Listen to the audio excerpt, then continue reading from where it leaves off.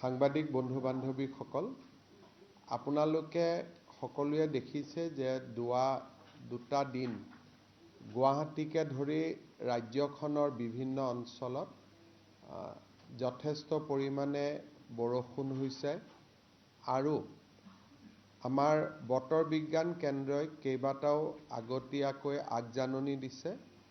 মই প্ৰথমতে আমাৰ প্ৰিন্সিপাল সেক্ৰেটাৰী ৰেভিনিউ ত্ৰিপাঠীক মই অনুৰোধ কৰিম যে তেওঁ এটা প্ৰেজেন্ট সিচুৱেশ্যনৰ ওপৰত আপোনালোকক এটা সৰুকৈ প্ৰেজেন্টেশ্যন এটা আগবঢ়ায়।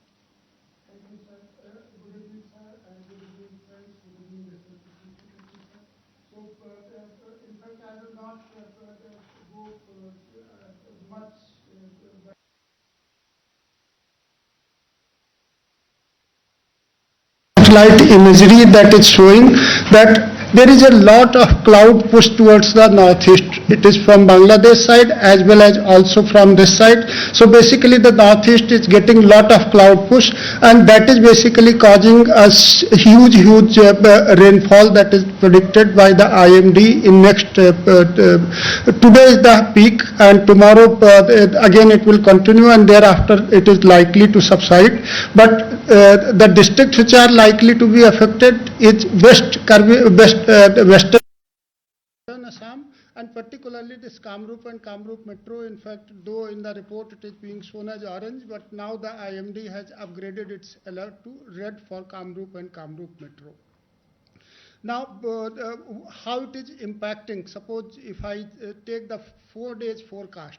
So while 4 days forecast jodi ami lo khali akhomor lole hobo, we will also have to see the nearby states. So ami nearby state duita mane dekhsu Arunachal Pradesh as well as Meghalaya ki kene kwa mane tate borkhun hua homauna ase. So if I say only Assam, so then these are the districts of the southern Assam and these are the districts of the western Assam. They are the districts starting from Nalbari up to Kokrajhar. All districts are basically in the red, and here Karbi Anglong, West Karbi Anglong, Dima Hasao, Kachhar, Karimganj and Halakandi, these are the districts in Southern Assam.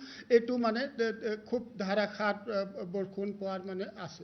If I shift to this prediction tomorrow, ki to amar prediction kotha ki ase ki ji ajir prediction ase to maximum accuracy thake, kali ase to 95% accuracy thake. To he karone kali karone he to ako update hobo, then it will be. But what it looks like ki western Assam will receive rain tomorrow also. Day after tomorrow pura alap mane etu hoka hobo. So that way how this is building the situation. Now it is compounded by another thing. Meghalaya is receiving a very heavy rainfall today. So Meghalaya বেশি পানি আসে, আমার western Assam বেশি পানি আসে, southern Assam বেশি পানি আসে. So that basically puts us in a very precarious situation, and that is why this kind of alertness. In fact, last 1 week, more than 1 week, we have been giving this alert that people should be alert about the landslide as well as floods, because the kind of situation which is building up is really precarious. Now I am coming to a little bit that what kind of flood preparedness etc. we did. So we have pre-positioned our NDRF, SDRF at 8 locations. These are the 8 districts where NDRF is located. There are 58 positions where SDRF is there. 6 locations where we have made a new kind of force, that is DDRF, District Disaster Response Force.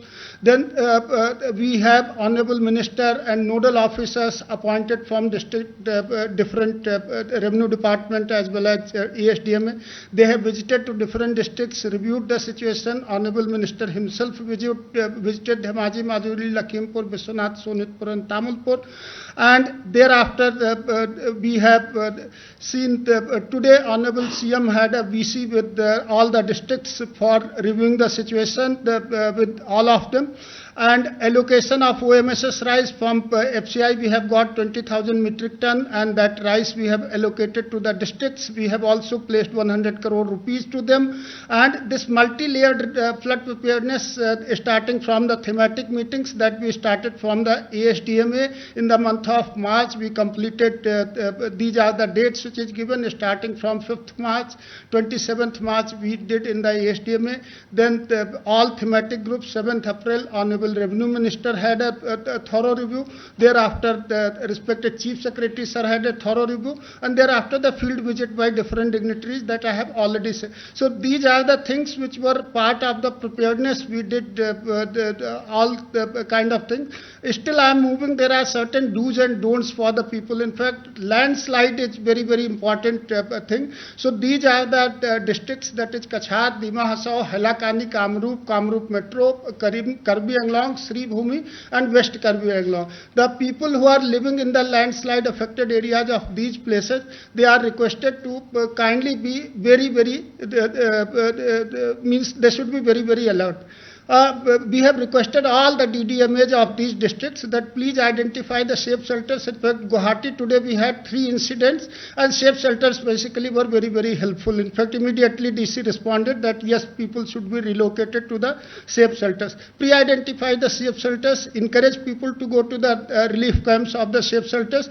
It may be little bit of inconvenience, but much better than losing the life. So that is the thing about this. These are the 3 places where the landslide has been reported today in Guwahati, and we have responded immediately. So this is the situation. These are the do's and don'ts we have circulated from the ASDMA time and again. We will share this presentation with all of you so you can use this. So these are the do's and don'ts, and thank you very much. This is what we wanted to do in a very, very nutshell. Thank you, everyone. 3 places in Guwahati. Yes. Yes. Oh, okay. That slide I will just show. So these are the 3 places in Guwahati where we have got the report. সাংবাদিক বন্ধু বান্ধৱীসকল, আপোনালোকে সকলোৱে এই প্ৰেজেন্টেশ্যনটো দেখিছে যে বাংলাদেশৰ পৰা হোৱা ডিপ্ৰেছনৰ কাৰণে আমাৰ সমগ্ৰ অসমতে এটা ক্লাউডৰ বহুত ডাঙৰ প্ৰেছাৰ এটা একুমুলেট হৈছে, আৰু আজি দিনটো কমপ্লিটলি তেওঁলোকে ৰেড দেখুৱাই থৈ দিছে। কালিও সন্ধিয়ালৈকে পৰিৱেশ একে থকাৰ সম্ভাৱনা আছে।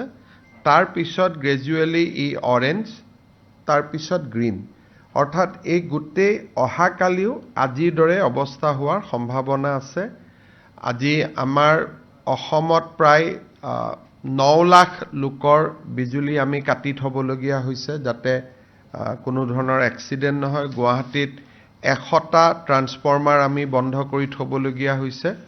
গতিকে গোটেইখিনি চালে মই ভাবো যে পৰিৱেশটো আজি আৰু কালি জটিল হৈ থাকিব। দুটা বিশেষ আমি কাম কৰিব খুজিছো। অহাকালি দিনটো আমি আমাৰ ৰাজ্য চৰকাৰৰ কৰ্মচাৰীসকলক আমি স্পেচিয়েল কেজুৱেল লিভ দিছো। যিসকলৰ কোৱাৰ্টাৰৰ লগতে অফিচ তেওঁলোকে অফিচ কৰিব, কিন্তু যিসকলে দূৰৰ পৰা আহিব লাগে তেওঁলোকে অফিচ কৰাৰ প্ৰয়োজন নাই। কিন্তু যিসকলৰ কোৱাৰ্টাৰ আৰু অফিচ একে তেওঁলোকে ডেফিনেটলি অফিচ কৰিব, আৰু যি দূৰৰ পৰা আহিব লাগে তেওঁলোকে অফিচ কৰাৰ প্ৰয়োজন নাই। শনিবাৰে প্ৰাইভেট স্কুল নাথাকে, কিন্তু গুৱাহাটী বিশেষকৈ কামৰূপ আৰু কামৰূপ মেট্ৰত আমি স্কুলখিনিও অহাকালি দিনটোৰ কাৰণে বন্ধ ৰাখিব কৈছো। গভৰ্ণমেণ্ট স্কুলখিনি, প্ৰাইভেট স্কুলখিনি এজ ইউজুৱেল বন্ধ হৈ থাকে। বাকি আমাৰ যিসকলে প্ৰাইভেট প্ৰতিষ্ঠান আদিত কাম কৰে তেওঁলোককো মই তেওঁলোকৰ স্বত্বাধিকাৰীসকলকো অনুৰোধ কৰিম যে যদি কৰবা দুজনৰ জায়গাত এজন মানুহে দি দোকানখন চলাব পৰা যায়, দূৰৰ পৰা অহাজনক অহাকালি দিনটো আমি ছুটি দিলে বেয়া নহয়, কিন্তু আমি চৰকাৰৰ পৰা সেইটো অৰ্ডাৰ কৰিব খোজা নাই, তেওঁলোকে নিজে ব্যৱস্থা ললে ভাল হ'ব। ইয়াৰ উপৰিও আমি গোটেই পৰিৱেশটো পৰ্যবেক্ষণ কৰি থাকিম। য'ত যেনেকুৱা প্ৰয়োজন হয় আমি ৰাইজক সষ্টম কৰি দিয়া আৰু ৰাইজক যি ধৰণে সকাহ দিব লাগে তাৰ বাবে আমি চেষ্টা কৰিম। কিন্তু বাংলাদেশৰ পৰা বেসিক্যালি বংগোপসাগৰৰ পৰা যেটো ক্লাউডৰ প্ৰেছাৰ আহি আছে, সেই প্ৰেছাৰটো আজিটো থাকিবই, অহাকালিও কন্টিনিউ হ'ব। কালি যদি কিবা ৰিভাইজ প্ৰেডিকশন কৰে আমি ডেফিনেটলি আপোনালোকক অৱগত কৰিম। যদি আপোনালোকৰ Sorry, if you can repeat in English this brief. there is a lot of clouds are coming from the Bay of Bengal and basically from Bangladesh. The entire northeastern region is experiencing heavy rain. Guwahati city is suffering a lot. Even in Meghalaya also, the authority has showing red for today and tomorrow. If there is a rain in Meghalaya and Arunachal Pradesh, it directly impact the weather in Assam. So we are of the view that situation was worse today. Tomorrow they said that by afternoon there will be some relief, and from day after tomorrow things should be better. But at the same time they have also said that they are periodically reviewing it. So once we get fresh prediction, we'll share it with you immediately. But as of now, situation is not very good. We have declared tomorrow a special casual leave for the government employee. However, those who are whose office and quarters are same, they will attend the offices. But those who has to come from little distance, tomorrow they may not come. That will be counted as a special casual leave. This is for Kamrup and Kamrup Metro, not for entire Assam. This is only for Kamrup and Kamrup Metro district. Private school normally remain closed on Saturday, but we have advised that all government schools will remain closed tomorrow. Colleges, universities will also remain closed tomorrow, so that people do not have to suffer. We have also instructed our city police to regulate traffic inside the city, because this is not, tomorrow will not be a normal day. So we have advised police to regulate the traffic. Whatever can be sent to Upper Assam via Baihata Sarile Tezpur, they should be pushed through that, so that there is less pressure in Guwahati city. So there is also report of 3 landslide incident. However, there is no casualty. We advise people to take extreme caution. গুৱাহাটীত আমি দেখা পাইছো যে গুৱাহাটীত কেইটামান জায়গাত পানী উঠিছে। ৰুক্মিণী গাঁও, হিজুবাৰী, বশিষ্ঠপুৰ, পাঞ্জাবাৰী, খাটগাঁও, অনিলনগৰ, ত্ৰিপুৰা ৰোড, চানমাৰী, মালিগাঁও। কিন্তু মই মালিগাঁৱৰ পৰা এতিয়া আহিছো, বহুত নহয়, কিন্তু এইকেইটা জায়গাত বৰষুণৰ পানী আছে। বৰষুণটো কমিলে পানীখিনি ওলাই যাব, কিন্তু যেতিয়ালৈকে কণ্টিনিউৱাছ বৰষুণ আহি থাকে তেতিয়ালৈকেতো ৰিলিফ নাপায়, কাৰণ যিমান পানী ওলাই যায় তাতকৈ বেছি পানী ওপৰৰ পৰা পৰি আছে। জুৰুডৰ এতিয়ালৈকে মোৰ হাতত ৰিপৰ্ট অহা নাই, কিন্তু মই ক'লো ৰাতিপুৱা মই 12টা বজাত যাওঁতে ৰাস্তা ধুনীয়া হৈ আছিলে। মই নেশ্যনেল হাইৱে দি পাৰ্টি অফিচত গৈছিলোঁ, এতিয়াতো ঘূৰি আহোঁতে মই কষ্ট পাইছোঁ। গতিকে চেঞ্জিং চিটুৱেশ্যন, পানীটো পৰি আছে, আৰু আজিতো দিনটো অত্যন্ত বেয়াৰ ৰিপৰ্ট আছিলে, কমপ্লিট ৰেড আছিলে, আৰু অহাকালিও ৰেড আছে, কিন্তু গধূলিৰ পিছত ইম্প্ৰুভ দেখুওৱা আছে।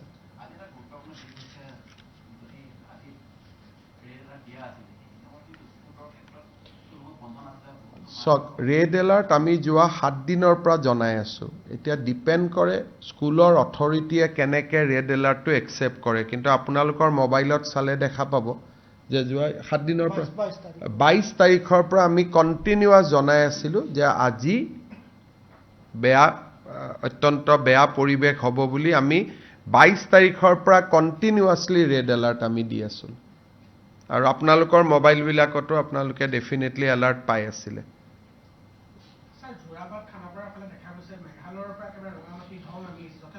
চক আজি মেঘালয়ত বহুত বৰষুণ হৈছে, আপোনালোকক দেখুৱাতে দেখিছে। এটি যে বহুত বেছি ৱৰ্ষ্ট কণ্ডিশ্যন, মেঘালয়ৰ পৰা ধাৰাসাৰ পানী নামি আছে, আৰু মই ভাবোঁ ৰাতি আৰু নামিব, কাৰণ পাহাৰৰ পৰা একুমুলেট হৈ আহি থাকে।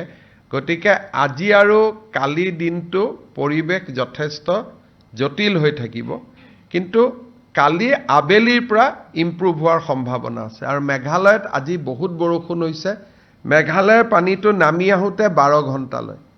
গতিকে নামি অহাৰ প্ৰক্ৰিয়াটো চলি আছে, আৰু ই নেক্সট 12 আৱাৰ্ছ নামি থাকিব, কাৰণ কোনোবাটো শ্বিলঙৰ পৰা নামি আছে, কোনোবাটো জোৱাইৰ পৰা নামি আছে। গতিকে আল্টিমেটলি কেটছমেণ্ট এৰিয়াটো অসমতে আহিব। সেইকাৰণে বৰষুণ আমাৰ ইয়াত কমিলেও কিছু এৰিয়াত পানী সোমাই থাকিব মেঘালয়ৰ পৰা তাৰপিছত লাহে লাহে বৰষুণটো কমিলে আমি কিছু এৰিয়া লগে লগে ৰিলিফ পাই যাম কিন্তু বৰষুণটো কমিব লাগে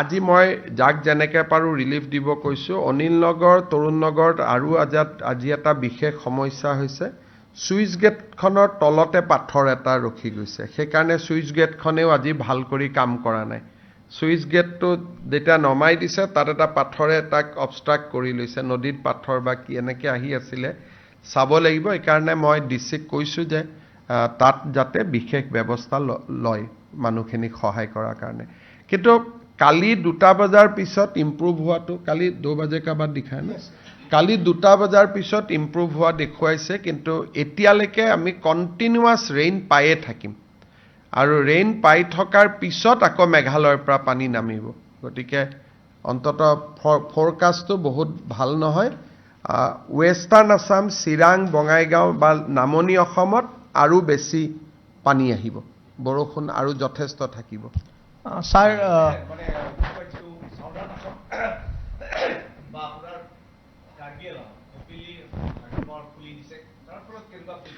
খুলিটো দিবই লাগিব তাতে পানী জমা হৈ গৈছে গতিকে বৰষুণৰ পানীটো যথেষ্ট একাৰণে ৱেষ্ট কাৰ্বি আলঙত অলপ বানপানীৰ ৰিপৰ্ট আহিছে ৱেষ্ট কাৰ্বি আলঙত বাকি জায়গাত নহয় বৈঠালাংছুৰ আশে-পাশে কিছু এৰিয়াত ফ্লাড হৈছে কিন্তু এনেকুৱা নহয় যে একেবাৰে বিয়ন্ড কন্ট্ৰোল কিন্তু আমাৰ ৰিলিফ অলৰেডি ৰিচ কৰিছে আজি দিনটো যদি কয় যে কৰবাত বানপানী হৈছে নেকি ৱেষ্ট কাৰ্বি আলঙত তাৰ ইম্প্যাক্ট আছে আৰু বৰাক উপত্যকা পাহাৰীয়া জিলা দুইখনতে আজি তুমুল বৰষুণৰ সম্ভাৱনাও আছে বৰষুণ পৰিও আছে স্যাৰ ৰুক্মিণী গাঁৱৰ কথা এটা কওঁ তাতো বহুত লোক এতিয়াও পানীৰ তলত আছে বা তেওঁলোকৰ ঘৰো আছে তাত কিবা ৰিলিফৰ ব্যৱস্থা কৰিছে ৰুক্মিণী গাঁও আৰু হাতগাঁৱত 2টা ৰিলিফ কেম্প আমি কৰিব দিছো আৰু ডিচিয়ে গোটেই ৰাতি মানুহখিনিৰ লগত সম্পৰ্কত থাকিব মই তেওঁলোকক কৈছো আমি ইয়াৰ পৰাও যা যোগাৰ কৰি থাকিম যিমানটো পাৰো কিন্তু পানীটো অলপ বৰষুণটো কমিলে পানীটো আমি মেচিনেদি উলিয়াই দিব পাৰিম হ'ব Sir, one question. Guwahati always get water from the hills, but we are seeing a lot of muddy water coming out in this Jurabad area where we visited. So has this is a very important issue. Meghalaya Chief Minister on 2nd June, I have invited Honorable Chief Minister Meghalaya Conrad Sangma to discuss this issue with us. He is coming on 2nd June. We will discuss that. Some water will have to come, like if Arunachal there is a rain, people gets flood here. So I cannot say that Meghalaya is a hill, so Meghalaya water bound to come to Guwahati. But that should not be, basically that should not also been, basically gravity should also not been increased because of hill cutting. So that issue on 2nd June we are going to discuss with Chief Minister of Meghalaya. You will be, it will be for your interest to note that Supreme Court has also issued a notice to Government of Meghalaya and Government of Assam on this count. So I think this matter will finally will also go to the consideration of Honorable Supreme Court. Day before yesterday, Supreme Court has issued a notice to both Government of Assam and Government of Meghalaya regarding hill cutting in Jurabad. But sir, do you think that this hill cutting issue that you're talking about is really aggravating the things very much? You see, আজি আৰু কালি যেটো পৰিবেশ হৈ আছে, I should not blame any state because the situation is really grave. Cloud is coming continuously from Bangladesh, Bay of Bengal. So even if there is no hill cutting, then also we will get water. Because today and tomorrow this situation is completely different and I should not blame somebody.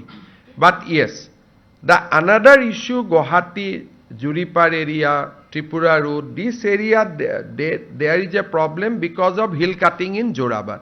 But today's situation is much more bigger.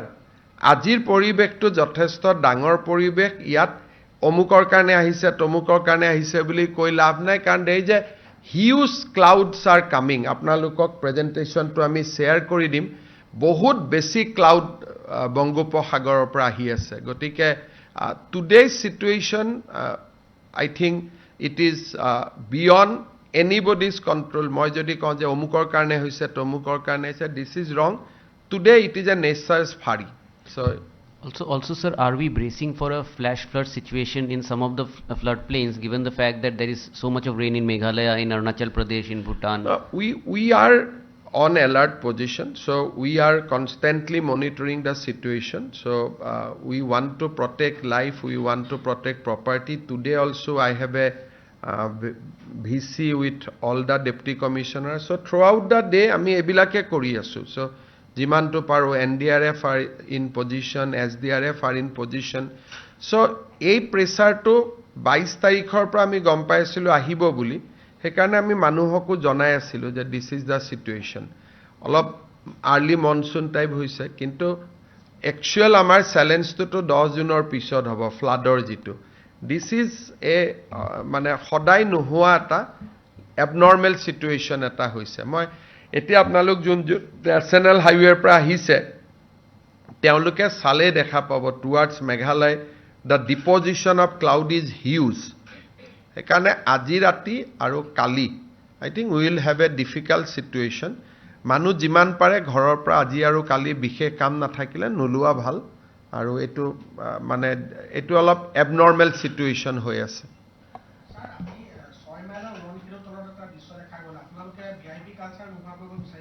কিন্তু মানুহ 15 মানত 25 টকাৰ সময়ত envoy এটা কৈছে য'ত মানে সাইৰেন বজাই বজাই মানুহ যথেষ্ট অসুবিধা কৰিছে কোনে কৰিছে তো মই নাজানো কোনবাই কৰিছে যদি এটো ডেফিনেটলি এটো উচিত নহয় আৰু এতিয়াতো মই গৈ চাই আহিছো কনভয়ত গৈতো লাভ নাই মই ৰখি আহিছো এতিয়া আপুনি যদি নেশ্যনেল হাইৱেটি আহে কনভয় লৈ লাভ নাই তাতে যিটো পৰিৱেশ হৈ আছে গতিকে কোনবাই অলপ সুযোগ পাই যদি উলাই গল আৰু কিন্তু আদাৰৱাইজ এটো পসিবল নহয় এতিয়া আৰু অলপ এটো হয় যে ৰুক্মিণী নগৰৰ ফ্লাইওভাৰখন আমি খতম কৰিব লাগিছিল মে মাহত কিন্তু তেওঁলোকে মেত পাৰা নাই জুনত খতম হৈ যাব জুনৰ শেষৰ ফালে বা জুলাইৰ ফাৰ্ষ্টত এটো বাৰু এটা টিপিক্যাল প্ৰবলেম বিশেষ এটা কাৰণত হৈ আছে তাৰ পিছত আমি পাৰ্মানেন্ট ৰিলিফ পাই যাম এটো এটা আৰু ম্যাক্সিমাম এমাহ লাগিব হ'ব স্যাৰ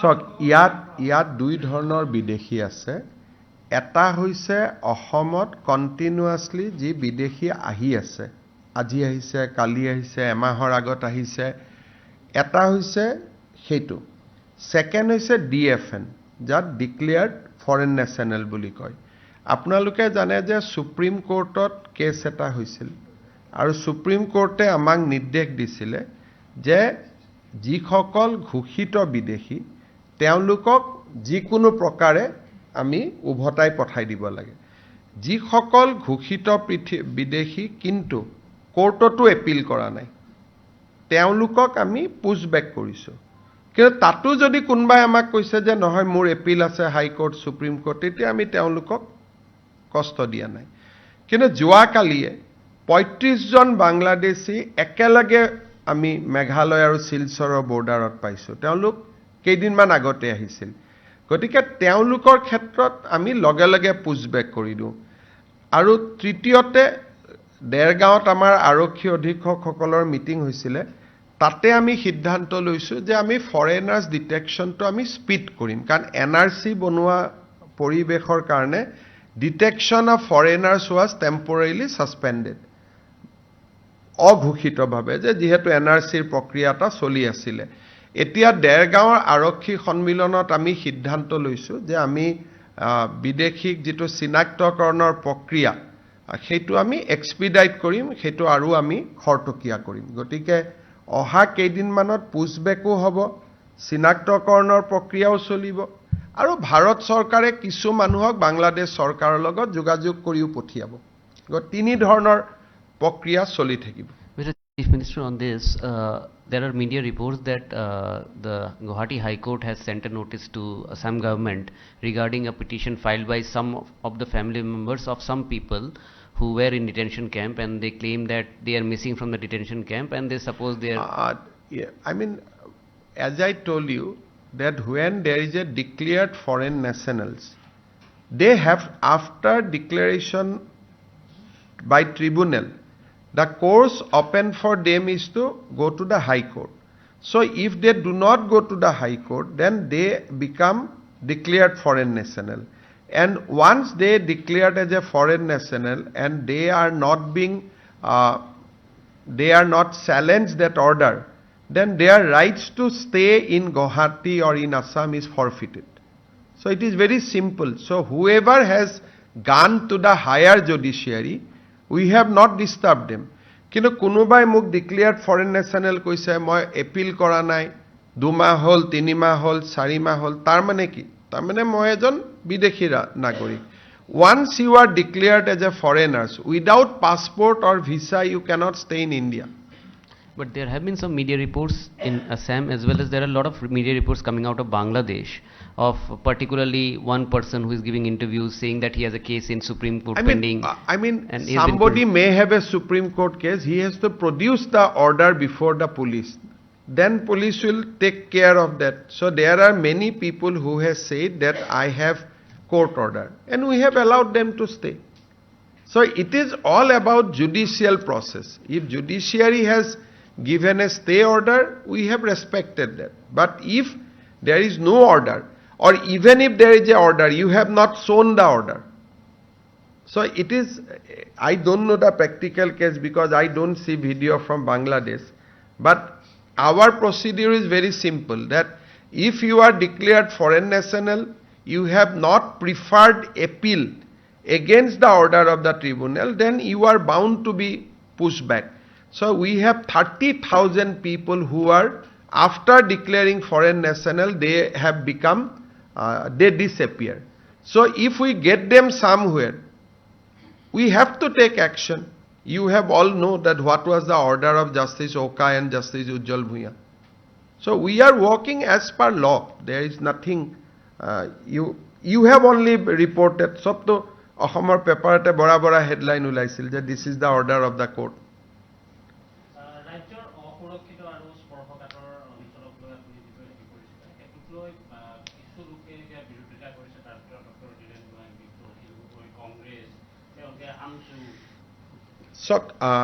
এই বিষয়টো হ'ল যে স্পৰ্শকাতৰ অঞ্চলত মানুহৰ জীয়াই থকাৰ অধিকাৰ ভাৰতীয় সংবিধানে দিছে আৰু ভাৰতীয় সংবিধানে মানুহক আগ্নেয়াস্ত্ৰ ল'বলৈ অনুমতি দিছে subject to certain rules and regulation. গতিকে অসম চৰকাৰৰ এটো সিদ্ধান্ত যে স্পৰ্শকাতৰ সীমান্ত বুলি কওঁতে আমি অৰুণাচল মেঘালয় নাগালেণ্ড বুজোৱা নাই আমি অকল বিদেশী ৰাষ্ট্ৰ বুজাইছো সীমান্তত থকা মানুহৰ সুৰক্ষা দিয়া আৰু সুৰক্ষা পাবৰ কাৰণে তেওঁলোকক চৰকাৰে প্ৰদান কৰা অধিকাৰসমূহ দিয়াটো আমাৰ দায়িত্ব গতিকে এই কামখিনি যদি আমি 85 ৰ পৰাই কৰিলোহেঁতেন তেতিয়ালে বহুত জায়গাত আমাৰ মানুহে মাটিবাৰী বিক্ৰী কৰি আহিব নালাগিলেহেঁতেন গতিকে এইটো আমি ভাবি চিন্তি লোৱা সিদ্ধান্ত কোনোবাই ডেফিনেটলি আমাৰ চৰকাৰে যদি কালিৰ পৰা কয় যে সকলো মানুহক ঘৰে ঘৰে 1 তোলা সোণ দিম তথাপিতো হিৰেন গোহাঁই আপত্তি কৰিব কালি যদি কওঁ ঘৰে ঘৰে চাকৰি দিম তথাপিতো আপত্তি কৰিব গতিকে হিৰেন গোহাঁইয়ে হওক বা কংগ্ৰেছ দলে হওক চৰকাৰৰ কোনো সিদ্ধান্তকটো তেওঁলোকে কেতিয়াও আদৰণি জনাই জানো গতিকে তেওঁলোকে যদি সদায় আমাক আদৰণি জনালেহেঁতেন এটা কথাত বিৰোধিতা কৰিলে তেতিয়ালে তেওঁক আমি সিৰিয়াসলি ললোহেঁতেন কিন্তু তেওঁ লক্ষ্মীনাথ বেজবৰুৱাৰ প্ৰতিমূৰ্তিৰ পৰা আৰম্ভ কৰি যিকোনো জুমুৰ প্ৰদৰ্শনলৈকে সকলোতে তেওঁলোকে আপত্তি কৰে গতিকে তেওঁলোকৰ আপত্তিটো বহুত বিচাৰ কৰি লাভ নাই কিন্তু আপোনালোকে যদি সোশ্যাল মিডিয়া চাই ভুক্তভোগী ৰাইজসকলে ইয়াক বহুত আদৰণি জনাইছে স্যাৰ কাইলৈ কেকে হেণ্ডিকৰ যি এক্সাম আছে সেই এক্সামটো হ'বনে মই আগতে কৈছো যে তেওঁলোকে ৰিচিডিউল কালি গুৱাহাটীত পৰীক্ষা ৰিচিডিউল কৰাটো ভাল কেণ্ডিডেটসকল আহি নাপাব পাৰে কিন্তু এতিয়া কেনেকুৱা এক্সাম পিছুৱাব পাৰে বা নোৱাৰে মোৰ মতেদি ভিচিৰ পৰা আপোনালোকে সুধিলে ভাল হ'ব কিন্তু মই এটাই কথা ক'ম যে কালি গুৱাহাটীত 2 বজালৈকে বৰষুণ যথেষ্ট থকাৰ সম্ভাৱনা আছে আৰু ৰাতিপুৱা এনেকুৱা হ'ব পাৰে ডাৱৰটো উৰি গ'লে বৰষুণ নাহিবও পাৰে চ' আমি প্ৰেডিকশ্যনটো শ্বেয়াৰ কৰিছোঁ কিন্তু ইউনিভাৰ্চিটিৰ ওপৰতো আমাৰ ডাইৰেক্টলি অধিকাৰ নাথাকে গতিকে এই প্ৰেছ কনফাৰেন্সখন চোৱাৰ পিছত ভিচিয়ে কি সিদ্ধান্ত লয় তেওঁৰ ওপৰত নিৰ্ভৰ কৰিব হ'ব